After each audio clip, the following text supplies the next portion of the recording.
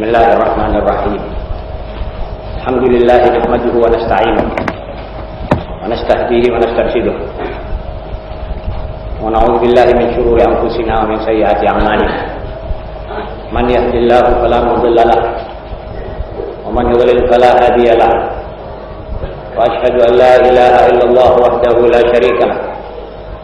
Wa anna sayyidana Muhammadan abduhu wa rasuluh.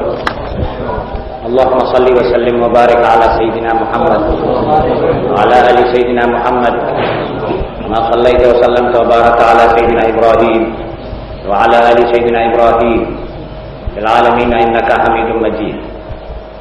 Amma ba'du, fa inna asdaqal hadithi kitabullah wa khairal hadi hadi sayyidina Muhammad sallallahu alaihi wa alihi wasallam.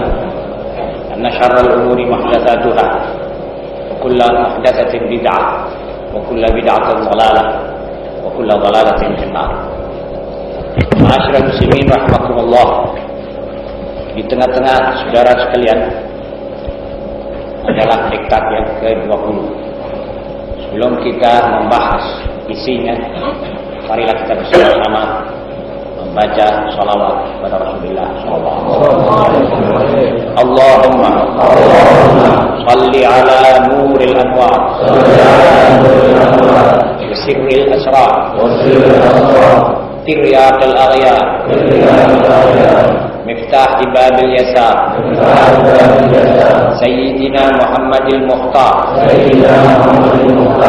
wa ali al-athhar wa ashabihi al-akhyar adada ni'amillahi wa ifdalihi. Kemudian judul daripada diktat ini adalah doa yang diilhamkan kepada Nabi Muhammad SAW oleh Allah Subhanahu wa taala. Memang semua doa yang dibaca, yang diajarkan oleh Nabi kepada para sahabat maupun yang didengar oleh sahabat Rasulullah SAW membacanya adalah itu semuanya ilham daripada Allah. Tapi ini caranya mengilhamkan ada agak lebih istimewa. Jadi dalam sejarah Nabi SAW jarang ada peristiwa yang seperti disimpulkan oleh riwayat Sayyidina Mu'adz ibn Jabal radhiyallahu taala anhu ini. Ini ada kesimpulan-kesimpulan khas. Pertama, Nabi SAW menyatakan bahwa dia tadi malam sholat malam agak istimewa, agak lebih banyak dari biasanya. Berapa rakaat tidak disebut, cuma beliau mengatakan Masya Allah. Seorang muslim kalau menyebut sesuatu yang baik, yang indah, atau yang ada artinya, disunnahkan dia menyebut nama Allah Masya Allah, sebab supaya tidak kena mata dan supaya tidak sampai menjadi ujub dan riya. Jadi dengan kehendak Allah lah, para sahabatku, aku semalam sholat agak banyak. Jadi bukan suatu kebanggaan yang membahayakan. Kedua, bermimpi. Mimpi melihat Allah Rabbul Alamin. Jangankan daripada Nabi Muhammad SAW, dalam kitab-kitab tafsir mimpi itu, karangan Ibnu Sirin yang lama maupun karangan-karangan yang baru, kalau orang suka membaca kitab tafsir Ta'bir Ru'ya, disebut di situ kalau Anda mimpi Tuhan. Saat alam arwah ini tidak ada batasnya, tidak mempunyai skop tertentu. Dia enteng dan bisa kemana-mana keliling. Jadi mimpi itu tidak heran. Mimpi Rasulullah SAW juga biasa. Bahkan tidak perlu orang wali besar ya. Biasa saja kalau tekun, khusyuk mengamalkan sunnah Nabi SAW, kemungkinan besar ia lantas mimpi pada Rasulullah SAW. Jadi refleksi pantulan roh dengan roh itu bisa ketemu di alam di luar kesadaran ini. Ini namanya alam kesadaran. Jadi alam di mana akal terpakai seluruhnya. Sebagaimana saya katakan malam Ahad yang lalu, bahwa akal ini dipimpin oleh roh. Tetapi di saat kita tidur, ini akal kita diistirahatkan oleh Allah Subhanahu wa taala. Yang bekerja roh. Rohnya orang baik-baik, jalan mengambang tempat-tempat yang baik, bertemu dengan orang-orang yang baik, mendengar, melihat segala yang baik. Tetapi roh-rohnya orang-orang yang tidak baik juga begitu, sebaliknya, ketemu dengan segala macam yang tidak baik. Nah, ini Rasulullah SAW pada malam itu mimpi. Yang dilihat adalah Allah Rabbul Alamin. Dalam mimpi itu ada suatu yang diajarkan langsung. Apa? Doa ini nanti yang saya sengaja diktatkan supaya kita semua suka membacanya. Ketiga, dalam doa itu ada tersimpul bermacam hal. Mencintai kaum miskin,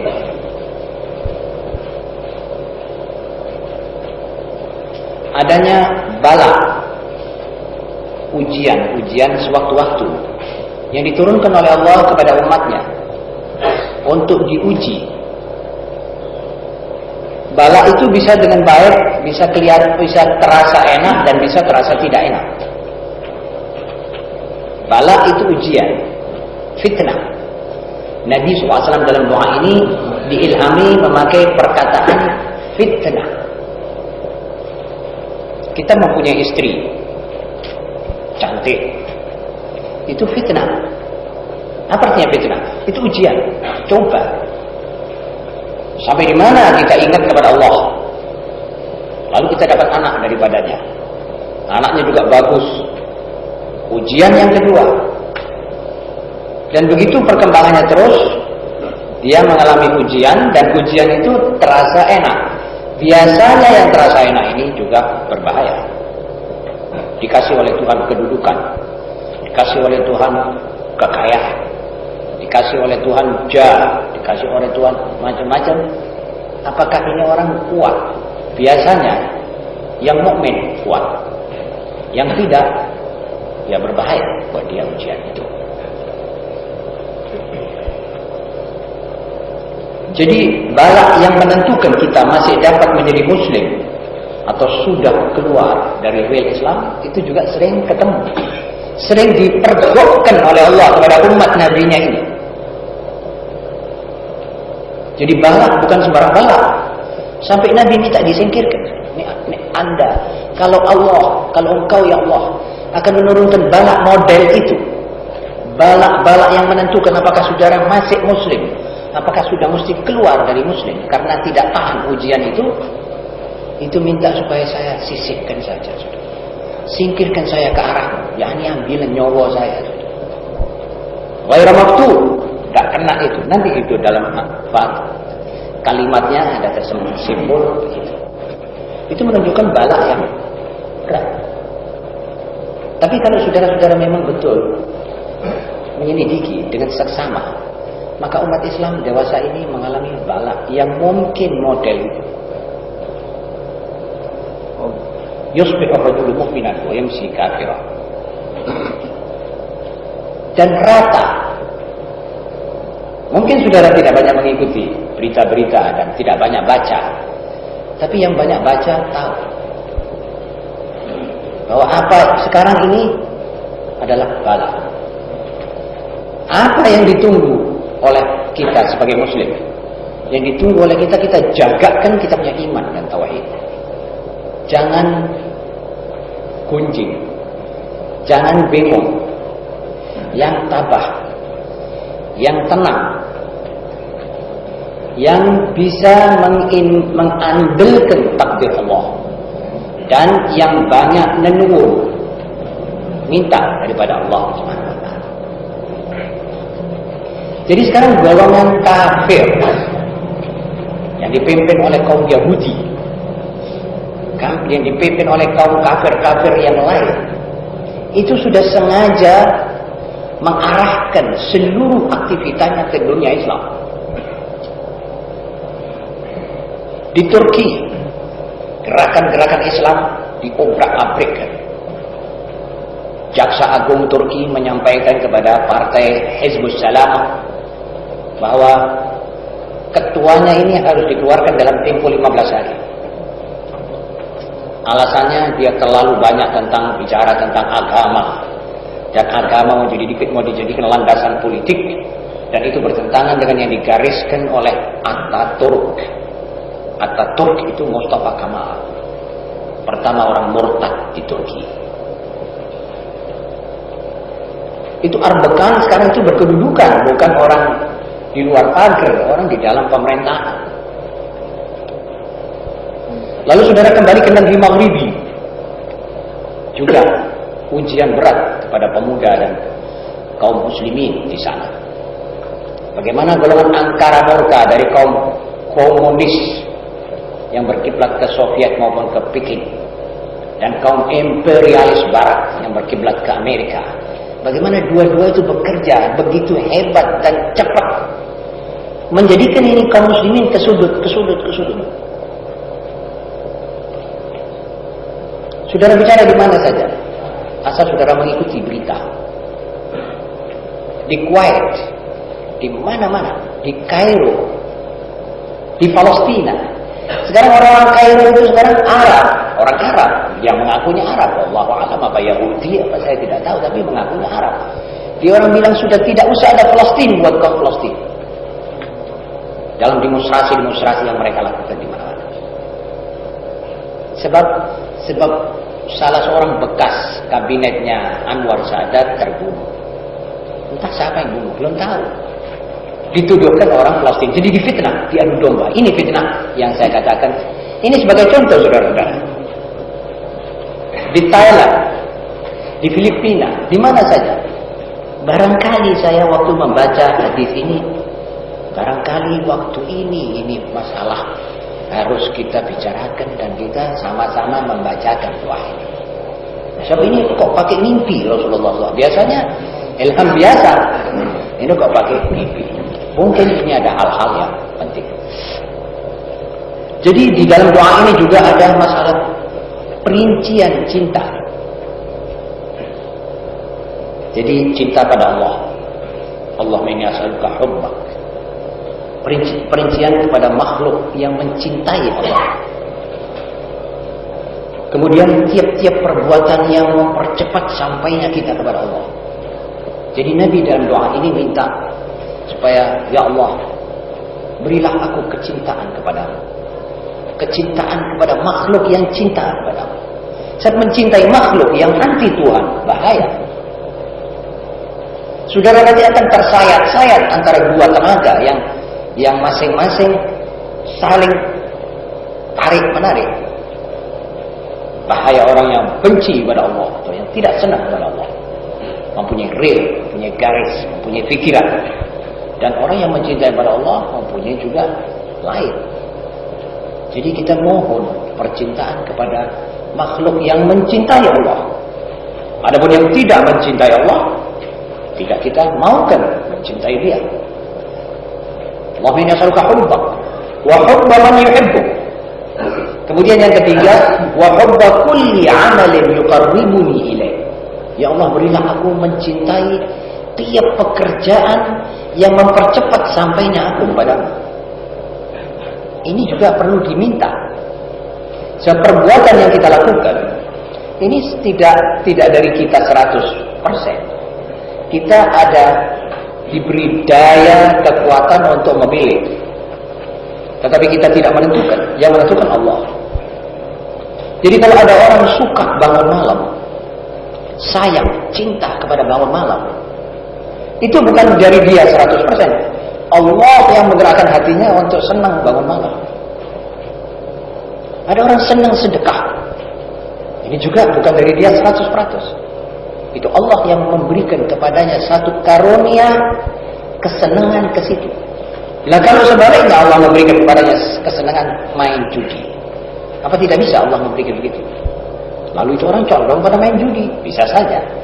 Tapi karena kita tidak dikasih begitu, kita dikasih kesenangan sholat duha, sholat witir, maka kita harus bersyukur kepada Allah dan harus tambah minta, ya Allah, berilah aku kecintaan dan kesayangan pada perbuatan-perbuatan yang kalau kami lakukan, kami lebih dekat sampai kepada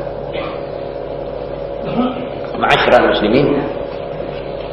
Sekarang masalah doanya itu sebagai berikut.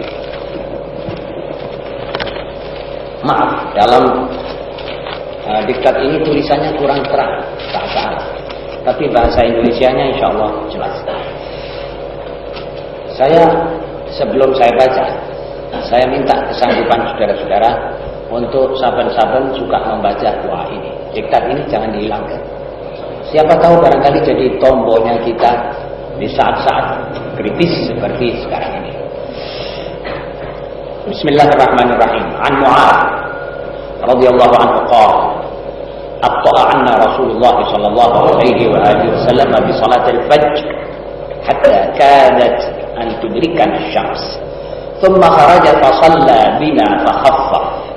Thumma aqbala 'alaina biwajhihi fa qala 'ala makanikum أخبركم ما بطأني عنكم اليوم إني صليت في ليلتي هذه ما شاء الله ثم ملكتني عيني فنمت فرأيت ربي تبارك وتعالى فألهمني أن قلت اللهم إني أسألك فعل الخيرات. Coba sama-sama kita baca saudara-saudara. Allahumma inni as'aluka fi'lal khairat wa tarkal munkarat wa hubbal masakin wa an tatuba alayya wa tarhamani wa idza aradta bi khalqika fitnatan فنجني إليك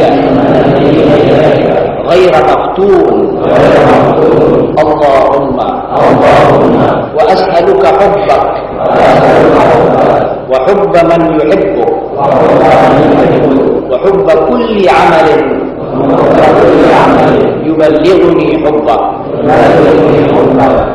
Inilah teks doa. Lalu sambungannya, summa aqbala Rasulullah sallallahu alaihi wasallam biwajhi faqala ta'allamuhunna wadrusuhunna fa innahu haqq. Hadis ini diriwayatkan oleh Tirmidzi, At-Tabarani dan Ibnu Khuzaimah. Jadi jelasnya beliau berkata pada suatu ketika Mu'adz meriwayatkan bahwa pada suatu ketika Rasulullah SAW terlambat datang ke masjid untuk berjamaah subuh. Ini jarang, tidak pernah Rasulullah SAW terlambat. Rasulullah SAW biasanya datang sebelumnya ini sahabat masuk. Jadi di mana tempat itu waktu? Rasulullah masih di kamarnya. Kamarnya itu nyongok ke masjid. Jadi jendelanya kamarnya itu ke masjid. Jadi ke dalam sini. Tidak keluar, ditunggu. Sahabat tidak berani ada orang masuk menjadi imam kalau tidak Rasul SAW sendiri, kecuali kalau beliau perintah. Itu waktu kebetulan sampai agak sudah mulai terang, padam. Sahabat ini mengatakan hatta kadat an tudrikana syams, sehingga kita hampir dikejar oleh matahari. Jadi rupanya sudah padam betul, tapi belum matahari terbit. Kemudian beliau keluar dari rumahnya dan mengimami kita. Kali itu beliau melakukan sholat agak cepat. Jadi tidak seperti biasanya. Jadi kalau Rasulullah SAW sholat pada tepat waktu manjing itu, lalu mulai rakaatain sunat sholat subuh, kemudian sholat subuh, itu biasanya agak panjang. Baca surat-surat yang dikatakan qisarul mufassal atau tiwal mufassal. Tapi itu waktu kok cepat. Setelah sholat, beliau menghadap kepada kami sambil menyerukan, janganlah ada yang meninggalkan tempat. Aku akan beritahukan sebab keterlambatanku hari ini. Lalu beliau sallallahu alaihi wasallam menyambung, tadi malam aku sholat, masya Allah banyaknya. Kemudian aku mengantuk dan tertidurlah aku. Dalam tidur itu aku mimpi bertemu dengan Tuhanku yang maha barakah dan suci. Di saat itu Allah mengilhamkan padaku untuk berdoa dengan kalimat-kalimat sebagai berikut. Ya Allah, kumohon daripadamu agar aku dapat mengerjakan segala kebaikan dan meninggalkan segala kejahatan. Ini padamu agar aku kurang, agar aku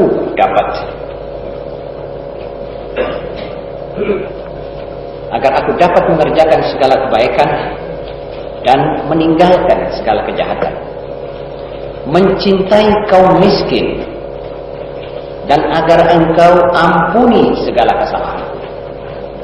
Dan apabila engkau menurunkan bala atau ujian kepada hamba-hambamu, maka sisihkanlah aku kepadamu tanpa terkena ujian itu. Wahai Tuhanku, aku mohon kecintaanmu dan kecintaan orang yang mencintaimu, dan kecintaan pada segala perbuatan yang menyampaikan aku kepadamu. Sekarang kita ambil satu tafsiran yang agak terperinci mengenai hadis ini. Mohon pertama kepada segala perbuatan yang baik dan meninggalkan segala kejahatan. Kemudian mencintai kaum miskin, sebagaimana yang sering saudara-saudara ketahui, bahwa dunia yang sudah mulai dilanda kelaparan seperti sekarang, ya sudah jelas karena banyaknya si miskin. Umpamanya kita tidak dengar berita tentang kelaparan dan kematian orang-orang karena kelaparan misalnya, maka sudah jelas dunia ini 75% terdiri daripada orang yang have not, 25% daripada orang yang cukup mampu dan kaya. Jadi rasanya lebih perlu kita membaca doa ini di saat-saat kita lihat dunia ini sudah banyak orang miskin. Terserah apakah kita ini termasuk orang itu yang miskin, apakah kita orang masih cukup mampu, apakah lebih daripada itu. Jelas bahwa mencintai orang miskin adalah dianjurkan oleh Allah melalui Nabi Muhammad SAW. Apa latar belakangnya? Kalau kita mencintai orang miskin, berarti kita mencintai kebanyakan penduduk segala tempat ini, baik tanah air kita maupun tanah air orang lain. Dan kita lebih berkeserasian dengan mereka. Kita lebih merasakan nanti. Kalau kita cinta kepada seorang yang miskin, kita tergerak hati kita untuk membuang sesuatu, mengeluarkan sesuatu untuk orang-orang itu.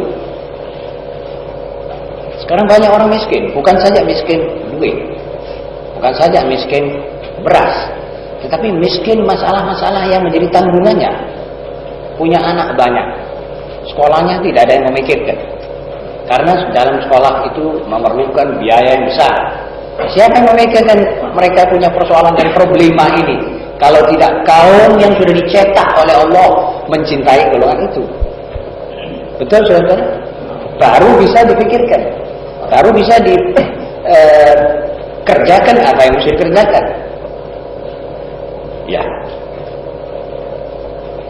karena Rasulullah SAW mencintai kaum miskin, karena Rasulullah SAW sudah betul-betul mencintai kaum miskin, maka beliau telah berhasil meneladankan bagaimana kita memperkecil jurang antara kaum miskin dan kaum yang kaya, dan memberantas kelaparan sesama manusia.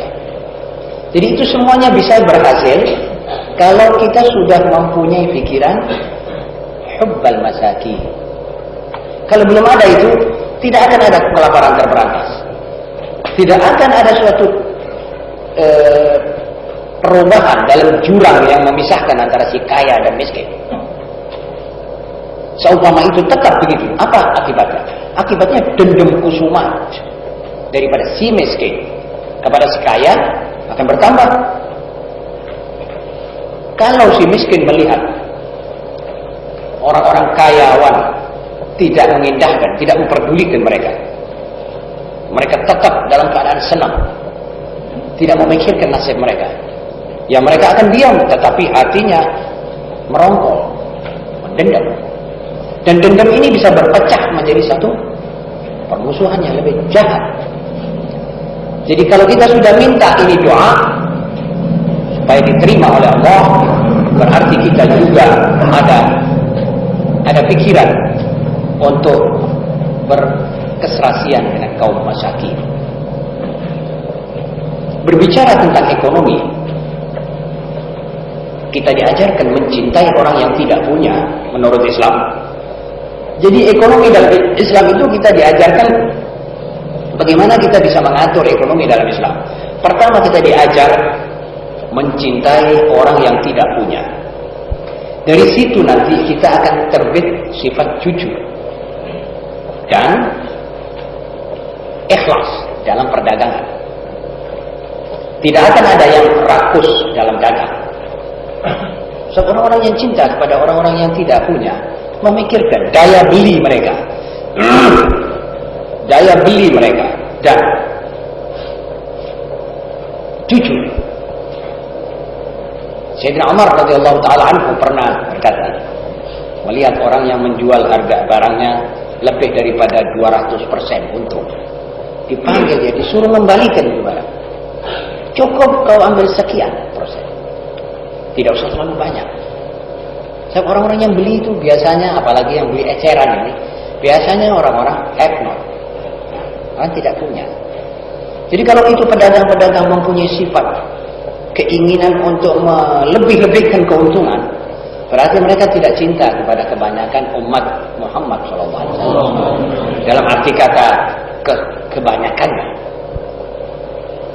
Dan ini bukan berarti bahwa orang dagang tidak boleh untung, tapi tidak boleh terlalu berlebih-lebihan, khususnya kalau menjuali kaum muslimin sesama dia, sesama ideologi dan bangsanya. Di sini perlu menjadi satu pikiran bagi tiap umat Islam. Dengan demikian sebenarnya kita sudah bisa mengembangkan perekonomian zaman sekarang tidak susah kalau kita sudah bisa masing-masing daya belinya diperhatikan, maka insya Allah tidak ada manusia yang sengit kepada yang lain, tidak ada manusia yang sampai merasa kecewa dari yang lain. Sekarang di alam dagang itu orang pernah berkata begini, apakah mungkin orang dagang tidak pakai bohong bisa untung? Sampai ada yang mengatakan begitu. Jadi hampir mensyarat mutlakkan itu perdagangan dengan kebohongan. Sebab dia bohong itu supaya mempunyai daya tarik pembeli. Di sini sebetulnya dia tidak cinta kepada kaum al-fuqara, al-masakin. Juga dalam menyadap jiwa hadis tersebut, kita akan berpengertian bahwa kesejahteraan seorang tidak bisa diukur dari keadaan materinya. Kalau sudah Nabi sendiri mau menempatkan dirinya di kalangan kaum masakin, kalau begitu nilai manusia yang sejahtera itu bukan dengan berapa banyak materinya, berapa emas peraknya, berapa mobil dan bangunan-bangunan yang dia miliki. Sudah jelas. Coba karena itu maka Rasulullah SAW akan minta itu. Jadi ukuran itu bukan ke situ. Jadi ukuran kesejahteraan manusia tidak diukur dengan materinya, tetapi diukur dengan suasana sehari-harinya, kepuasan yang ia dapat. Jadi kita harus kembali pada perasaan. Perasaanlah yang bisa berbicara tentang bahagia atau tidaknya seseorang. Kadang-kadang orang miskin itu merasa bahagia, kadang-kadang yang kaya juga tidak bahagia, sebagaimana yang pernah saya singgung dalam maudhu' yang lain. Memang masyarakat sekarang ini condong menganggap kesejahteraan manusia itu ditentukan oleh kekayaan materinya. Demikian juga dengan pembangunan yang berlangsung di mana-mana. Ini ditekankan pembangunan materi. Sedang kemiskinan itu bukanlah kemiskinan materi. Ada orang mengatakan miskin. Kadang-kadang miskin itu bukan miskin duit, tapi miskin cinta, miskin bahagia. Jadi miskin moral. Ada orang tidak punya moral, ini orang miskin. Betul? Orang tidak ada akhlaknya, minus akhlak. Sama dengan orang minus duit. Dunia minus keadilan, ini dunia miskin keadilan. Jadi materi juga bisa orang miskin karena itu, tapi miskin-miskin moral, miskin-miskin keadilan, dan miskin pendidikan, miskin-miskin cinta. Ada orang miskin cinta karena berpuluh tahun dia hidup tidak merasakan nikmatnya cinta. Saudara tahu banyak anak-anaknya orang kaya ini tidak senang, tidak bahagia. Apa sebab? Karena dia belum pernah mendapat rasa cinta dari kedua orang tuanya.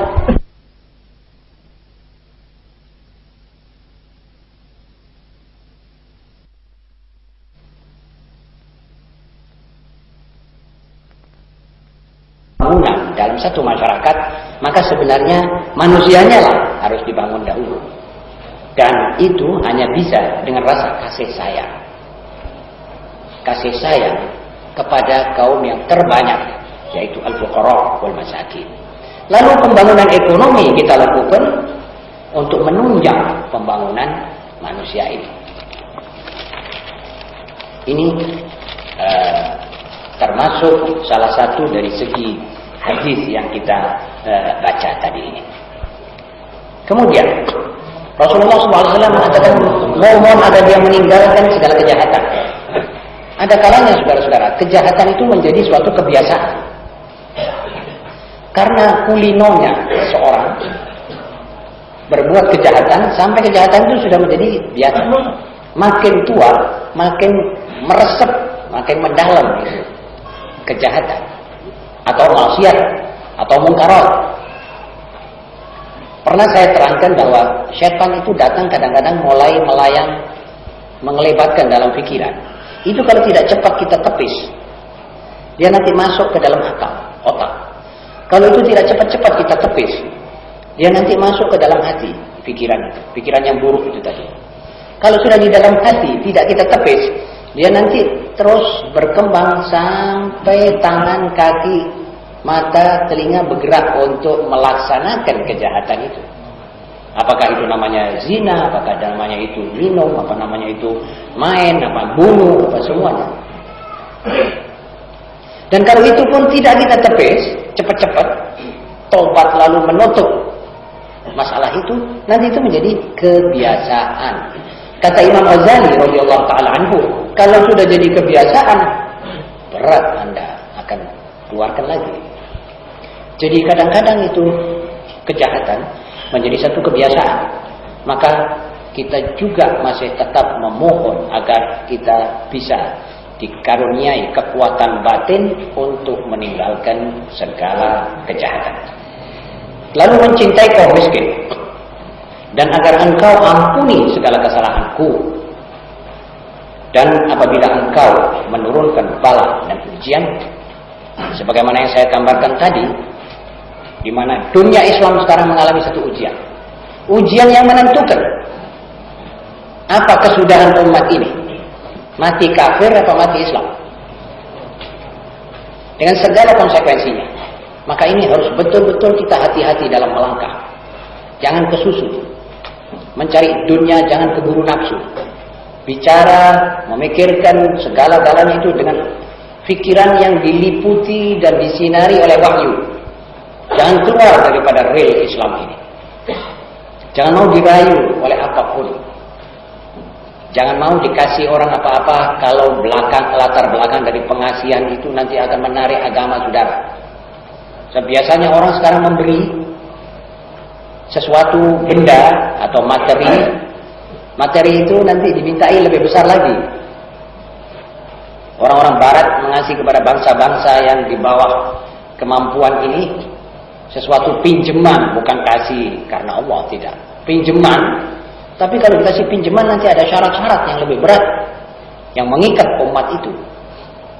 Soviet pernah memberikan pinjaman kepada Mesir sebanyak 2 miliar untuk memperlengkapi persenjataan pemerintah Mesir, tetapi Soviet mensyarat mutlakkan agar faham komunisme harus diberi izin di Mesir. Lalu tidak ada dapat jalan lain. Ya, kata Jamal Abdel Nasser, ya terpaksa bolehlah komunis diizinkan, ngerong itu komunis di negeri Mesir dan di Timur Tengah seluruhnya, sehingga pertama perbuatan hasil berkatnya komunis ini, orang Yaman sama orang Mesir berkelahi lebih daripada 7 tahun dan akhirnya tawuran Arab sama Arab sampai hari ini. Jadi mereka kalau ada yang ada paham memberi tok karena Allah, itu hanya kita kaum muslimin dan ajaran wahyu Nabi Muhammad SAW. Kalau orang lain itu kalau memberi mesti ada yang ditunggu. Namanya mereka punya cara give and take, kasih dan ambil kembali. Apa? Jangan bodoh kau ngasih tok. Itu dididikkan begitu.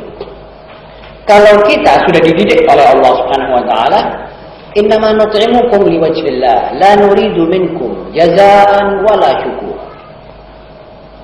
Wa yut'imuna at-ta'ama 'ala hubbihi miskinan wa yatiman wa asira.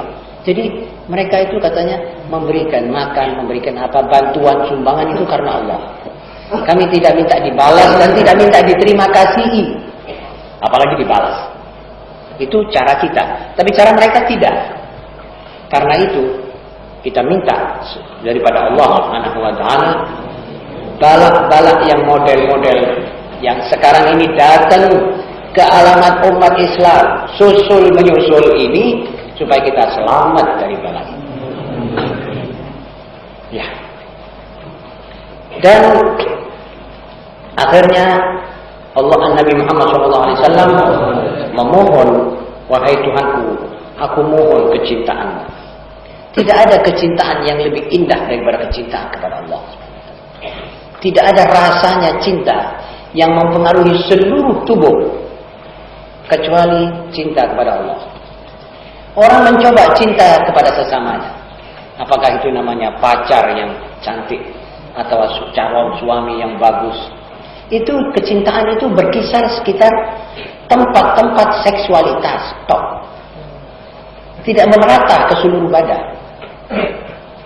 Jadi misalnya otak tidak sering terpakai untuk cinta. Yang sering terpakai hati. Kalau orang cinta kepada Allah Subhanahu Wa Taala, lain lagi. Dari lezatnya cinta kepada Allah, dia melihat segala-galanya ini indah dan untuk dia kita bercinta. Tentu saudara pernah dengar riwayat Rabi'ah Al-Adawiyah, seorang perempuan salihah. Setelah meninggal suaminya, ia bertakarruf kepada Allah Subhanahu Wa Taala, setapak demi setapak, sampai kepada satu titik di mana dia sudah merasakan lezatnya orang ibadah, lezatnya orang duduk di tengah malam membaca Al-Quran, lezatnya suara zikir yang diucapkan oleh dia. Itu sampai dia merasa sudah tidak begitu senang mendengar suara manusia. Sudah cukup, ini suara yang ku dengar, perasaan yang ku sekarang meliputi aku, lezat dan khusyuknya aku dalam sholat, ini ku rasakan sudah seperti saya memiliki dunia seluruhnya. Dalam keadaan begitu datang Amirul Mukminin, Khalifah. Itu waktu khalifah-khalifah Islam tidak tanggung-tanggung, menguasai 3 benua. Kayanya jangan disebut. Tidak ada sekarang khazanah kekayaan dunia seperti Harun al-Rashid yang sampai mengatakan, hei awan, berputarlah sak sukamu, kelilinglah kamu di mana saja. Nanti hujanmu jatuh di mana tempat, maka tempat hasilnya tempat itu akan datang kepadaku. Sampai begitu katanya. Datang suruhan kepada Rabi'ah, dan Rabi'ah ini perempuan yang rupanya rupawan. Ya Rabi'ah, ajibi Amirul Mukminin, sambutlah permintaan Amirul Mukminin. Apa permintaannya? Dari belakang tabir dia tanya, apa permintaan Amirul Mukminin? Permintaannya bahwa Anda ini akan disiapkan untuk dikawin oleh putra beliau, putra mahkota beliau.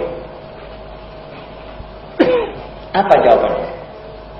Sampaikan salamku kepada Amirul Mukminin bahwa saya di dalam keadaan yang tidak lagi memikirkan hal-hal seperti itu. Diulangi lagi, ya Rabi', kekayaan besar, kesenangan yang tak terbatas akan tertimpa kepadamu. Kenapa kamu tolak? Saya sudah di topnya kesenangan, saya sudah di topnya kekayaan, saya sudah tidak memikirkan semua itu. Sampaikan hal ini dan cepat engkau tinggalkan aku punya tempat ini. Ini jawaban Rabi'ah. Dan saya kira kalau kita merasakan hal-hal semacam itu, kita lebih bahagia. Jadi rasa bingung, masyhur itu sudah tidak ada pada seorang seperti kita yang sudah dapat tingkat itu. Cinta kepada Allah dan cinta kepada manusia-manusia yang mencintai Allah juga kita mintakan itu. Ya Allah, berilah aku kecintaan kepada manusia-manusia yang mencintai Engkau. Nanti kita ketemu beberapa teman. Kalau itu teman memang betul cinta kepada Allah, maka doa yang terkabul ini nanti akan memperdekatkan kita berdua. Jadi saya ketemu dengan saudara, kita sama-sama cinta kepada Allah, ya kita sama-sama cinta. Tapi kalau ada di antara kita orang yang tidak cinta kepada Allah, maka demi doa tadi mereka akan terpencil daripada kecintaan kita, atau dia memencilkan diri jauh dari kita. Ya sudah selamat kita berkat doa ini. Tapi harus kita mohon. Nah, dan kecintaan segala perbuatan yang menyampaikan kita kepadamu. Ada kalanya bangun malam itu satu amal yang baik, tapi kita tidak tertarik ke situ. Ada saja nanti alasannya. Malah ada satu orang tanya pada saya, Ustaz, saya ini dapat advice daripada dokter. Saya bilang, apa advice-nya? Dia bilang, kau jangan terlalu bangun malam. Bangun malam itu mengurangi darah. Nanti engkau jadi pucat. Saya bilang, saudara-saudara, godaan orang mau bangun malam ini juga besar. Kalau saudara sudah ngepas, jangan pakai tanya dokter. Kalau sudah maha dokter yang menciptakan ente punya onderdil ini, sudah bilang wa minal laili fatahajjad, sudah jangan pakai tanya dokter-dokter sesama ini. Jadi ente nanti kembali bangun lagi, sudah berpegangan dengan Quran, tanya itu bangun malam mengurangi darah. Saya sendiri kenal orang-orang yang bangun malam itu kuat, saudara-saudara. Kuat dan betul-betul kuat, darahnya cukup, apa yang kurang? Kalau itu bangun malam mengurangi darah, masa Allah mengatakan kepada Nabi Muhammad SAW, qumil laila illa qalilan. Masa ada perintah gitu dalam Al-Quran? Jadi saudara, ada advis-advis dokter, ada macam-macam surat kabar itu jangan diburu. Kalau sudah pegangan dengan Al-Quran, jangan pegang pada yang lain. Sebab penggodanya orang bangun malam juga besar. Penggodanya orang mengeluarkan nafkah juga besar. Sedekah-sedekah. Nanti diabani sana, diabani sini, akhirnya woro sedekah. Sudah niat ngepas mau pergi haji, terus sudah hampir dekat store uangnya, wis tahun ngarepan wae. Ada saja. Jadi dalam soal ini sudah jangan pakai ragu lagi. Lah ini bisa saudara pegang nih kalau saudara minta lebih dulu, mohon. Ya Allah, segala amal yang mendekatkan aku kepadamu, berilah aku kesenangan, kecondongan untuk itu. Jadi sudah jelas ini permintaan Rasulullah SAW yang diilhamkan langsung oleh Allah adalah tepat dan pantas kita kerjakan bersama. Begitulah ya Rasulullah, ya saudara-saudara sekalian, sampai kepada Rasulullah SAW penghabisan doa itu, lalu Rasulullah SAW menghadap kepada mereka kembali sambil mengatakan, hei, kajilah, pelajarilah doa ini. Belum pernah Rasulullah SAW habis memberikan satu doa atau satu pelajaran garis bawahi lagi, pelajari. Sebab rupanya tiap kalimat ada mengandung arti.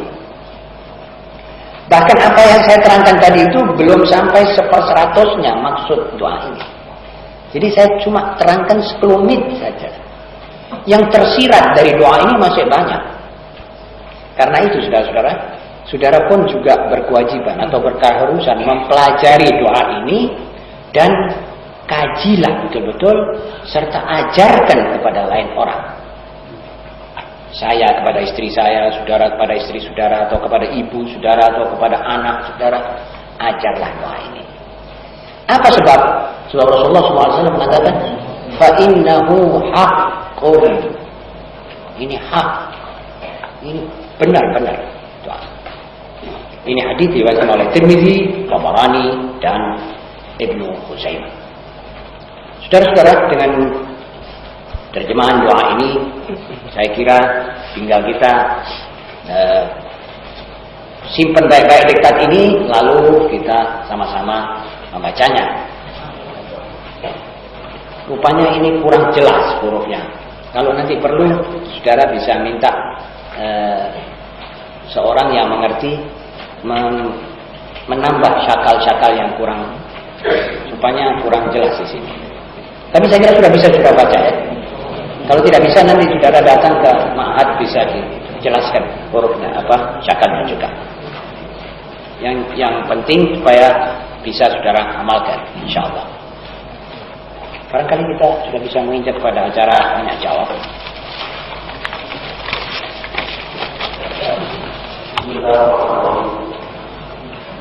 Ada seorang wanita yang sanggup mencontoh pribadi wanita di zaman Rasulullah. Namun suaminya tidak menghendaki semacam itu, sehingga timbullah semacam fikir antara suami istri tersebut. Sebab suami tidak puas melihat istri yang telah lincah dan api dalam rumah. Bagaimana saat istri tersebut untuk menyadari suami? Mohon penjelasan. Saudara-saudara, saya kira pertanyaan ini adalah pertanyaan penting. Sebab kalau sudah ada wanita di zaman sekarang mau atau sanggup bersedia meneladani perempuan-perempuan sahabat Nabi SAW, pakaiannya, cara bergaulnya dan sebagainya, maka sesungguhnya itu sudah cukup baik. Kalau ada suami yang tidak setuju, anggapannya karena kurang lincah, maka sebenarnya harus kita adakan diskusi dengan suami itu. Apakah sebenarnya dimaksud dengan lincah? Apakah kelincahan itu harus didemonstrasikan kepada orang banyak? Apakah kelincahan itu cukup dilakukan oleh sang istri terhadap suaminya di rumah?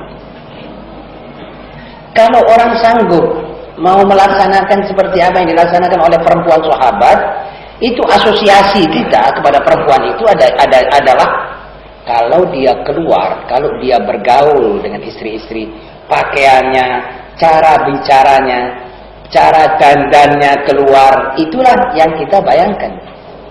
Lah kok malah istri bilang suami bilang kurang lincah. Apa yang dimaksud lincah itu artinya lincah keluar. Kalau itu keliru suaminya. Pikiran sang suami ini harus didandani. So, kalau dia maukan istrinya harus lincah di luar, berarti dia maukan itu istri dilihat oleh orang banyak, disemangati atau disenangi orang banyak, dia ada cemburuan.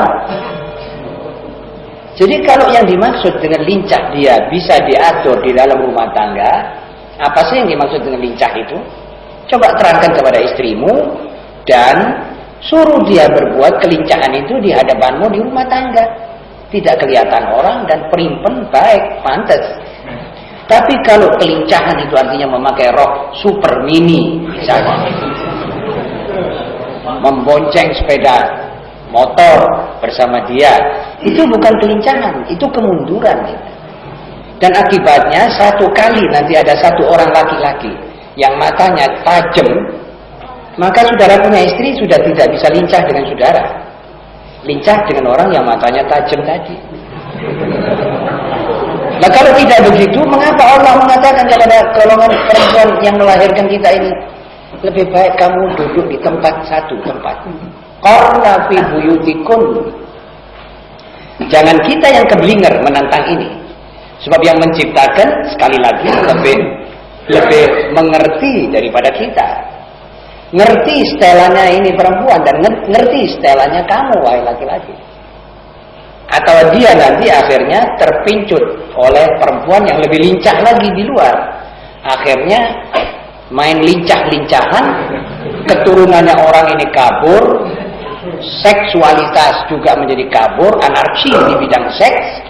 Kalau orang sudah kewalahan lagi, sudah lebih lagi parah, akhirnya orang nanti akan mengatakan sudah gini saja, kita main free sex saja. Seperti di Nederland, seperti di Eropa. Kembali kita nanti menyembah aturannya setan-setan kulit putih yang kita sembah sekarang ini. Ya ini yang kita tidak maukan. Karena saya katakan berkali-kali, itu kebudayaan asing harus kita buang, harus kita benci. Maaf saudara-saudara. Apa sebab? Sebab kebudayaan asing itu merupakan satu infeksi buat roh.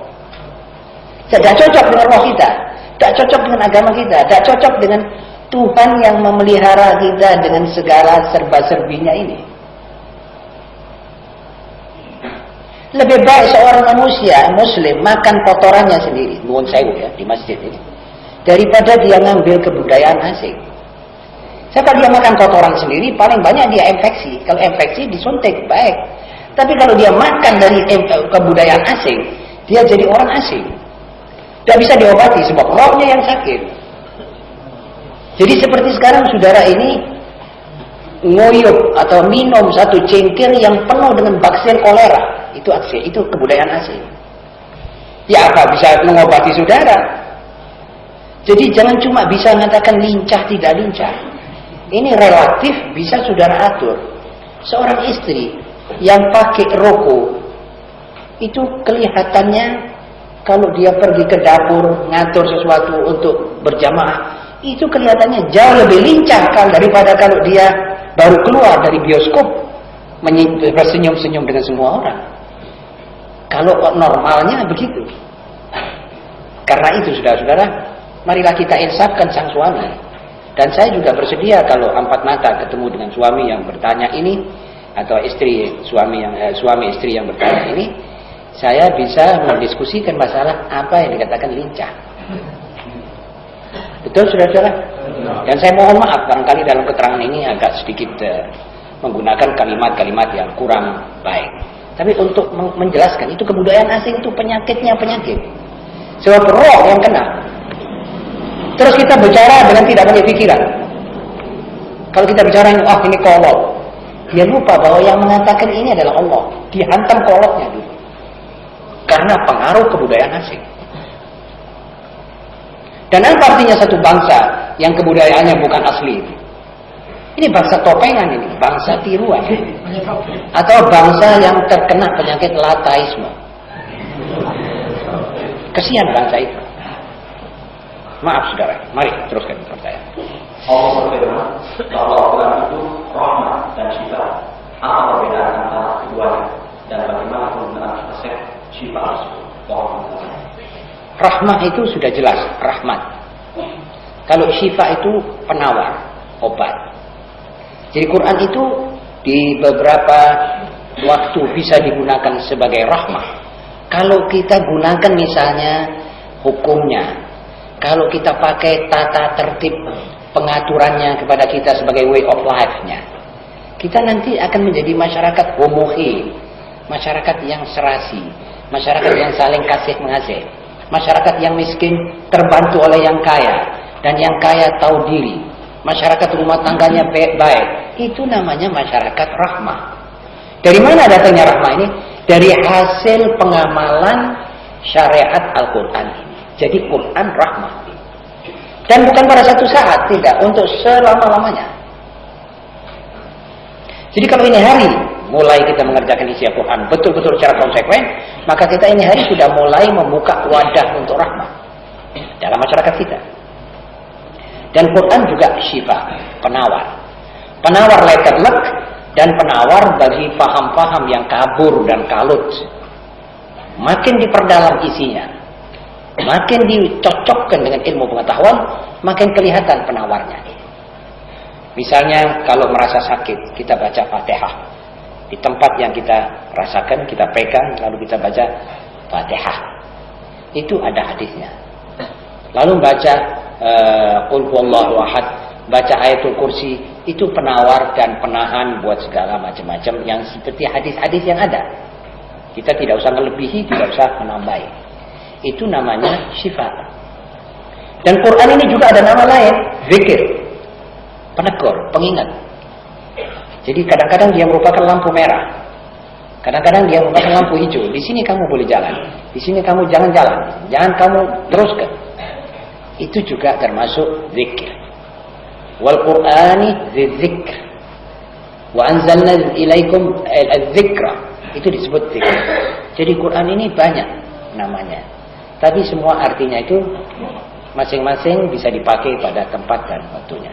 Tidak ada pertentangan antara 2 kalimat atau 3 kalimat nama-nama itu tadi. Sekian.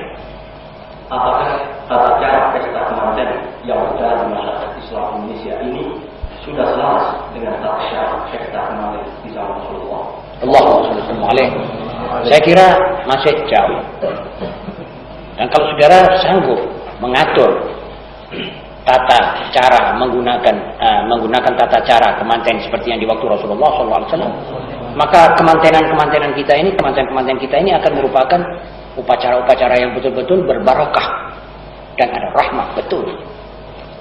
Jadi sekarang kita mengundang, kalau tata upacara Rasulullah SAW, laki-laki diundang, walimah namanya walimatul urs. Itu walimatun nikah.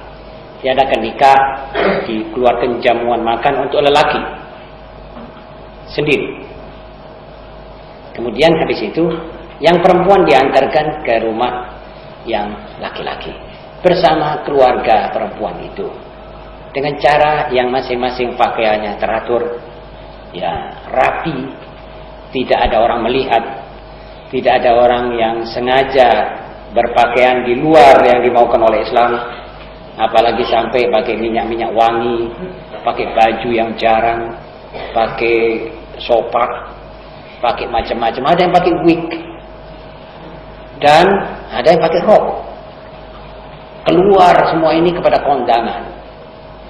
Lalu katanya hadir majelis pernikahan. Ini sebetulnya dilarang oleh Allah. Ini sudah jelas tidak cocok. Jadi kalau kita mau cocok dengan yang diajarkan oleh Rasulullah SAW, sebetulnya yang dipanggil itu laki-laki saja cukup. Perempuan itu nanti ada majelis-majelis khas keluarganya dan andai taulan yang bisa diandalkan keluar dari rumahnya dengan pakaian Islam, pakaian yang dimaksudkan oleh Allah Subhanahu Wa Taala, yaitu 8 syarat itu tadi. Tidak pakai minyak wangi, pakaiannya lebar, tidak ngepres, tidak pakaian dengan tidak memakai baju-baju yang menarik perhatian orang, tidak pakai kudung yang rapi, tertutup seluruh badan dan seterusnya dan seterusnya. Sebab kalau tidak begitu, maka yang mengundang juga dapat kecipratan dosanya orang yang keluar itu. Sebab keluarnya orang-orang itu atas panggilan saya, kepanggilan istri saya. Jadi istri saya dan saya mendapatkan sekian persen daripada dosanya orang-orang itu. Kalau tidak saya panggil kan mereka tetap di rumah. Jadi saya panggil, hadir majelis jamuan perkawinan anak saya, akhirnya keluar semua itu.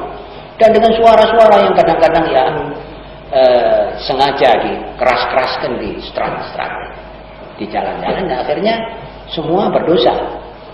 Dan perkawinan yang dimulai dengan begitu ya kurang sehat tentu akibatnya. Bisa diatur lebih baik lah kalau kita masih mau. Yang sudah jelas sekarang ini masih jauh. Tapi bukan berarti kita tidak mungkin mengatur perkawinan seperti mana zaman sahabat. Kalau kita mau, insya Allah bisa diatur. Sekian.